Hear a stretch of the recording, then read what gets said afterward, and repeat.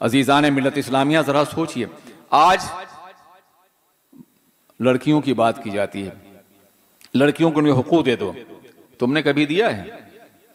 किसी दौर में बताओ, किसी असर में?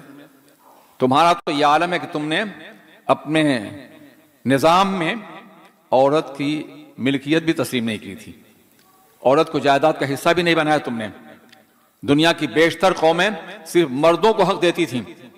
ये पैगंबर आज़म है जिन्होंने सबसे पहले वरासत का हक सिर्फ और सिर्फ औरतों को अता फरमाया, मर्दों के साथ साथ। उनसे पहले कोई नहीं है, कहीं कोई नजर नहीं आता है, कहीं कोई नजर नहीं आता है। ये पैगंबर आज़म हैं जिन्होंने दफन होने वाली बच्चियों को सीने से लगाया और हमेशा की रस्म खत्म कर दिया।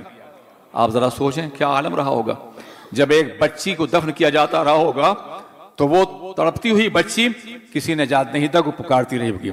हुजूर सरवर कायनात उसी मजबूर बच्ची का जवाब बनकर के आए हैं। क्या ख्याल है जब मिस्र के दरियाओं किनारे कोई अरूस नील ज़बह की जाती रही होगी, तो उसकी कटी हुई गर्दन का हर खून का कतरा निजात दहिंदा को पुकारता रहा होगा। सरवर कायनात उसका जवाब बनकर के आए हैं।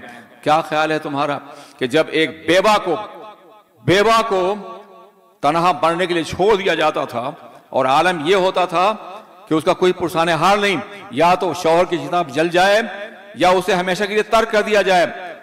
कि उस ज़ाते पाक के बारे में क्या ख्याल है जिसने एक अजीम बेवा खातून को अपनी शरीकी जिंदगी बना के माँ का मकाम दे दिया है।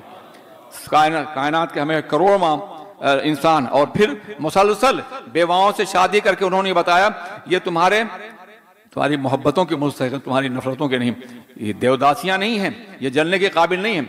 जब एक बेवा तड़पती होगी, बेकरार होती होगी, ठुकराई गई होगी, तो उसकी जात किसी निजात दहिंदा को पुकारती रही होगी। सरवर कायनात उसी का जवाब बन करके आए हैं।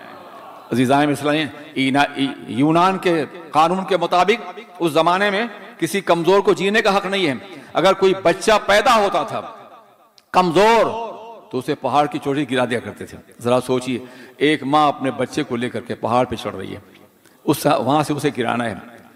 ठीक है, वो बच्चा कमजोर है, मगर जब वो गिरता होगा जमीन पर तो कोई चीख तो बुलंद होती होगी, माँ की कोई आह तो निकलती हो गई।